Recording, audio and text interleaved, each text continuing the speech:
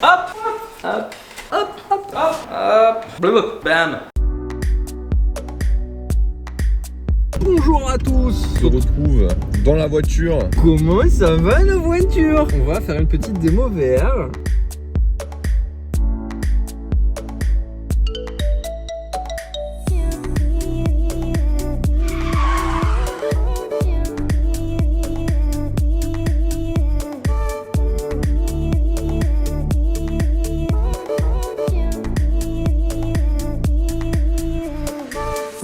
On se retrouve à VRNCO Paris, la meilleure salle de réalité virtuelle de Paris. C'est l'Oculus Quest 2, donc un casque de réalité virtuelle qui, sur le papier, vraiment est révolutionnaire et va vraiment disrupter toute cette industrie de la réalité virtuelle. Et on est là pour le tester et surtout pour vous le présenter très prochainement dans notre salle de réalité virtuelle. En comparaison, ici nous avons par exemple les Oculus Rift S sur cette station qu'on utilisait jusqu'à présent de la marque Oculus.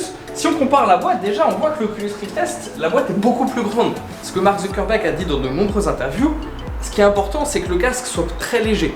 Et c'est vrai que le casque il est extrêmement léger pour normalement vous donner un très bon confort et que ce soit beaucoup plus agréable. La résolution du Rift S comparée à un casque qu'on a ici, le Valve Index, c'est vrai que ce casque est beaucoup plus lourd comparé à ce casque là. Mais la résolution est censée être assez comparable à un casque assez haut de gamme, je pense notamment au Valve Index. C'est ce qu'on va voir et ce qu'on va tester après l'unboxing. Et bien ce que je vous propose, c'est que sans attendre, on commence à unboxer un petit peu ce casque.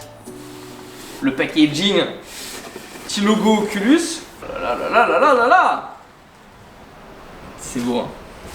Très minimaliste. Alors là, on a déjà, dès le début, on a l'extension justement pour pouvoir avoir les lunettes. C'est-à-dire que pour que les lunettes puissent passer dans le casque, on a juste à rajouter cette petite extension entre la cover et le casque en lui-même. On va commencer par les choses qui servent à rien, dont tout le monde s'en fiche. Les notices, on va voir ce qu'on a comme accessoire à l'intérieur. On a de la notice, un chargeur pour le casque, donc en USB-C. Ça c'est cool, parce que c'est assez universel et ça permet que beaucoup de choses soient actuellement en USB-C. Notamment, je pense, et je vais vous montrer tout de suite, on a les Knuckles qui sont les manettes du casque du Valve Index. Elles sont chargées en USB-C. Ça devient universel en Europe. Donc ça, ces manettes qui sont connues, ça attrape justement le dos de votre main et ça permet de reconnaître les mouvements que vous faites et de savoir justement mieux les reproduire dans l'environnement virtuel. Donc le chargeur, la notice, qu'on va pas lire. Sans attendre, on va commencer par les manettes, je pense, qui ont changé un petit peu au niveau de l'ergonomie. C'était un des points importants. Au niveau de la Dragon, si on compare les Dragon, ici on avait un petit fil un peu bizarre qui avait pas l'air très solide, mais au final qui est très solide, mais qui peut pas forcément bien passer sur la main. Ça, on sent qu'il y a une véritable robustesse dans la Dragon, c'est assez intéressant. Au niveau de l'ergonomie, on voit que la manette est beaucoup plus grande. On voit qu'on a les mêmes boutons, toujours la gâchette, toujours le bouton de menu, les deux boutons.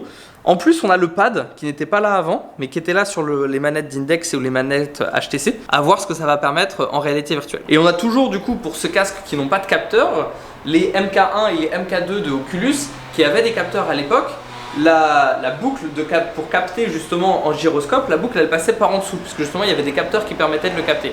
Maintenant que les capteurs sont intégrés au casque, la boucle est par le dessus et protège un petit peu le pouce et tout ça. Donc on voit que maintenant c'est toujours pareil, on est sur le même schéma que sur les manettes d'Oculus Rift ou d'Oculus Quest 1. On va passer sans attendre, je pense, au casque. Hein. C'est extrêmement petit quoi, j'aime beaucoup. On a toujours le même système, la même mousse qui est un petit peu plus, cette fois-ci un peu plus petite, le grain qu'on a sur les casques. Pour nous à utiliser en salle d'arcade, c'est pas forcément ce qu'on va garder comme solution, puisque pour des normes d'hygiène qui sont évidentes, ici on a des covers en silicone qu'on met et qui sont beaucoup plus faciles à stériliser et comme ça du coup le visage de la personne n'est pas en contact avec cette mousse où les bactéries pourraient rester emprisonnées en fait. Au niveau du poids, celui-là est beaucoup plus léger, en même temps il y a beaucoup moins de matière, en même temps celui-là il est autonome, ce qui n'est pas le cas du Rift S. Sans casque audio, le son il sort là des branches là. Juste là à l'intérieur des branches on a deux sorties audio, un peu comme le Rift S, hein, ce qui permettait d'entendre tout ce qu'on a autour.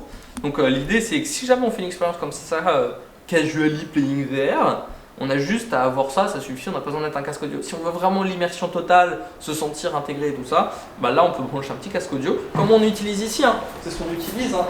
On utilise des casques audio Sennheiser qui isolent totalement du bruit et on peut directement le brancher sur le côté du casque et comme ça on est totalement en immersion en fait. Bah je pense que c'est fini pour l'unboxing, hein. Il y a que dire de plus en fait. Merci à tous d'avoir suivi cet unboxing de l'Oculus Quest 2. On se retrouve dès demain pour une prochaine vidéo.